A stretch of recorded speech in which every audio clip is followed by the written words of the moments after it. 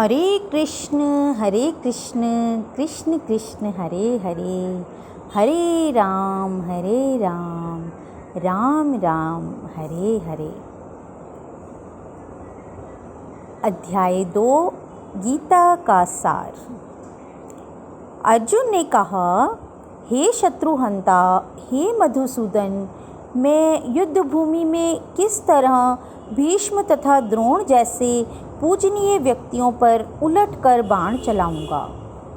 तात्पर्य है, भीष्म पितामह तथा द्रोणाचार्य जैसे सम्माननीय व्यक्ति सदैव पूजनीय हैं। यदि वे आक्रमण भी करें तो उन पर उलटकर आक्रमण नहीं करना चाहिए। यह सामान्य शिष्टाचार है कि गुरुओं से वाग युद्ध भी न किया जाए। यहाँ तक कि यदि कभी वे रूक्ष व्यवहार करें तो भी उनके साथ रूक्ष व्यवहार न किया जाए। तो फिर भला अर्जुन उन पर बाण कैसे छोड़ सकता था?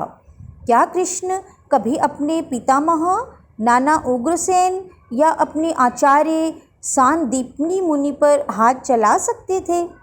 अर्जुन ने कृष्ण के समक्ष ये ही कुछ तर्क प्रस्तुत किए। ऐसे महापुरुषों को जो मेरे गुरु हैं, उन्हें मारकर जीने की अपेक्षा इस संसार में भीख मांगकर खाना अच्छा है। भले ही वे सांसारिक लाभ के इच्छुक हों, किंतु हैं तो गुरुजन ही। यदि उनका वध होता है तो हमारे द्वारा भोग्य प्रत्येक वस्तु उनके रक्त से सनी होगी। तात्पर्य है, शास्त्रों के अनुसार ऐसा गुरु जो निंद कर्म में रत हो और जो विवेक शून्य हो त्याज्य है।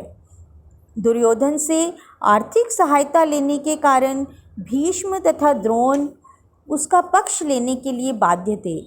यद्यपि केवल आर्थिक लाभ से ऐसा करना उनके लिए उचित न था। ऐसी दशा में वे आचार्यों का सम्मान खो बैठे थे। किंतु अर्जुन सोचता है कि इतने पर भी वे उसके गुरुजन हैं, अतः उनका वध करके भौतिक लाभों का भोग करने का अर्थ होगा रक्त से सने अवशेषों का भोग।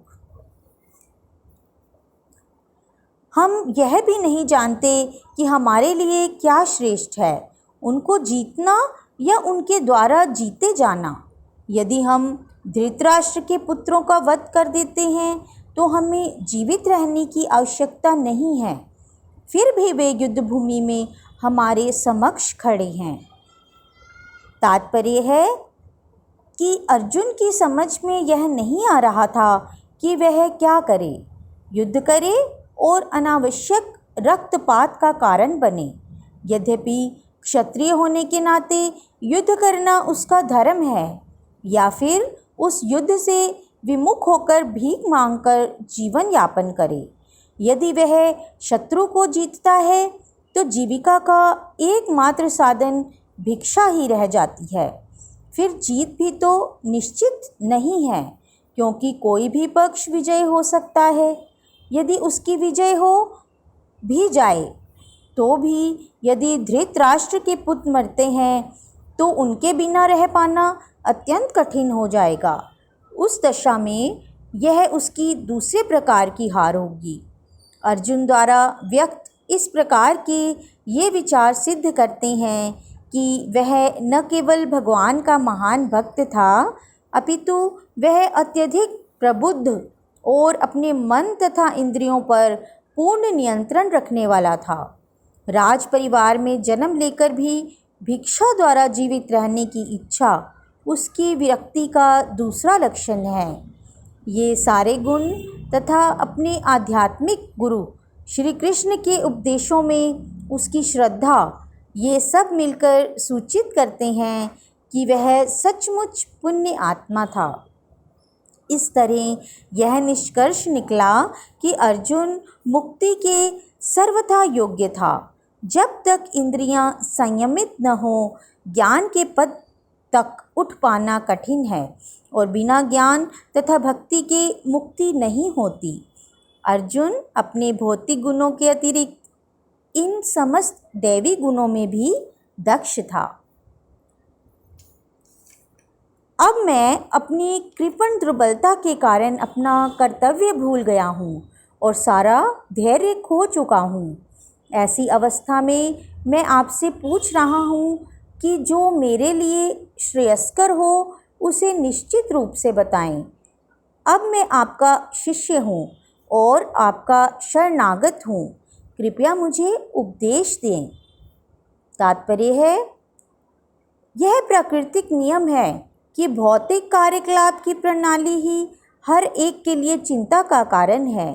पग पग पर उलझन मिलती है, अतः प्रामाणिक गुरु के पास जाना आवश्यक है, जो जीवन के उद्देश्य को पूरा करने के लिए समुचित पथ निर्देश दे सके। समग्र वैदिक ग्रंथ हमें यह उपदेश देते हैं कि जीवन की अनचाही उलझनों से मुक्त होने के लिए प्रामाणिक गुरु के पास जाना चाहिए। ये उलझनें उस दवाग्नि के समान हैं जो किसी के द्वारा लगाए बिना भभक उठती हैं। इसी प्रकार विश्व की स्थिति ऐसी है कि बिना चाहे जीवन की उलझनें स्वतः उत्पन्न हो जाती हैं। कोई नहीं चाहता कि आग लगे, किंतु फिर भी वह लगती है और हम अत्यधिक व्याकुल हो उठते हैं। अतः वैदिक वाङ्मय उपदेश देता है कि जीवन की उलझनों को समझने तथा उनका समाधान करने के लिए हमें परंपरागत गुरु के पास जाना चाहिए। जिस व्यक्ति का प्रामाणिक गुरु होता है वह सब कुछ जानता है, अतः मनुष्य को भौतिक उलझनों में न रहकर गुरु के पास जाना चाहिए। यही इस श्लोक का तात्पर्य है। आखिर भौतिक उलझनों में कौन सा व्यक्ति पड़ता है? वह जो जीवन की समस्याओं को नहीं समझता। व्याकुल मनुष्य का वर्णन इस प्रकार है। कृपण वह है जो मानव जीवन की समस्याओं को हल नहीं करता और आत्म साक्षात्कार के विज्ञान को समझे बिना कुकर सुकर की भांति इस संसार को त्याग कर चला जाता है। जीव के लिए यह मनुष्य जीवन अत्यंत मूल्यवान निधि है, जिसका उपयोग वह अपने जीवन की समस्याओं को हल करने में कर सकता है। अतः जो इस अवसर का लाभ नहीं उठाता वह कृपण है। ब्राह्मण इसके विपरीत होता है, जो इस शरीर का उपयोग जीवन की समस्त समस्याओं को हल करने में करता है। देहात्म बुद्धिवश कृपण या कंजूस लोग अपना सारा समय परिवार, समाज, देश आदि के अत्यधिक प्रेम में गंवा देते हैं। मनुष्य प्रायः चर्म रोग के आधार पर अपने पारिवारिक जीवन अर्थात पत्नी, बच्चों तथा परिजनों में आसक्त रहता है। कृपण यह सोचता है कि वह अपने परिवार को मृत्यु से बचा सकता है, अथवा वह यह सोचता है कि उसका परिवार या समाज उसे मृत्यु से बचा सकता है। ऐसी पारिवारिक आसक्ति निम्न पशुओं में पाई जाती है, क्योंकि वे भी बच्चों की देखभाल करते हैं। बुद्धिमान होने के कारण अर्जुन समझ गया था कि पारिवारिक सदस्यों के प्रति उसका अनुराग तथा मृत्यु से उनकी रक्षा करने की उसकी इच्छा ही उसकी उलझनों का कारण है। यद्यपि वह समझ रहा था कि युद्ध करने का कर्तव्य उसकी प्रतीक्षा कर रहा था, किंतु कृपण दुर्बलता के कारण वह अपना कर्तव्य नहीं निभा रहा था। अतः वह परम गुरु भगवान कृष्ण से कोई निश्चित हल निकालने का अनुरोध कर रहा है।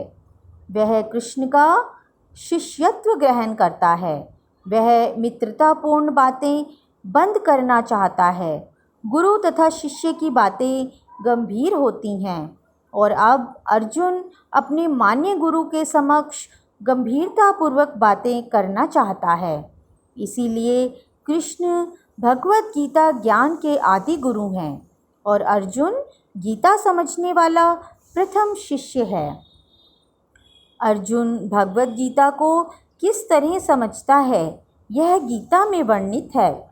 तो भी मूर्ख संसारी विद्वान बताते हैं कि किसी को मनुष्य रूप कृष्ण की नहीं बल्कि अजन्मा कृष्ण की शरण ग्रहण करनी चाहिए।